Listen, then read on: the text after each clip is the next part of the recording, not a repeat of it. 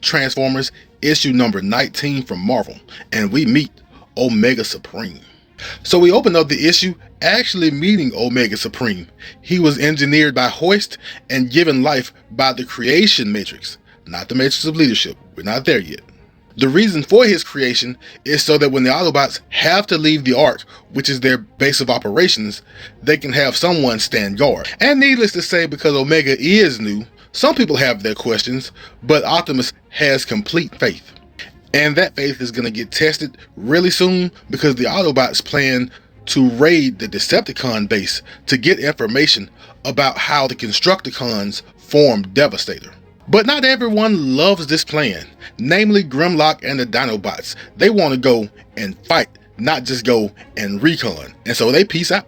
But Prime already saw this coming, and so this departure was built into his plans. And when the Autobots get to the Decepticon base, they attack. But as you see in the top right corner, they're not just attacking to attack. Bumblebee has a special purpose. Bumblebee is the one who is going to scout and scan Devastator to figure out how he merges. And indeed, the Constructicons do just that. They merge and form Devastator. Bumblebee gets the information he needs, and the Autobots do just enough to make some room to retreat with the information they gathered. But if you notice, we only see Shockwave, Soundwave, and Devastator. So where are the rest of the Decepticons? Megatron had a similar idea to the Autobots, where he was going to take a group of Decepticons and go attack the Autobot base while no one was there. But as they found out, someone was there, and the Decepticons get to meet Omega Supreme. And I have two observations. One, Omega Supreme didn't come to play.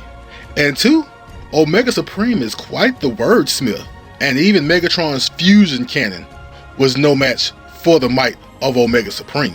Now when Megatron returns back to base, basically with himself and Laserbeak as the only survivors, Shockwave sees this as his chance to once again overthrow Megatron and destroy him for his failure.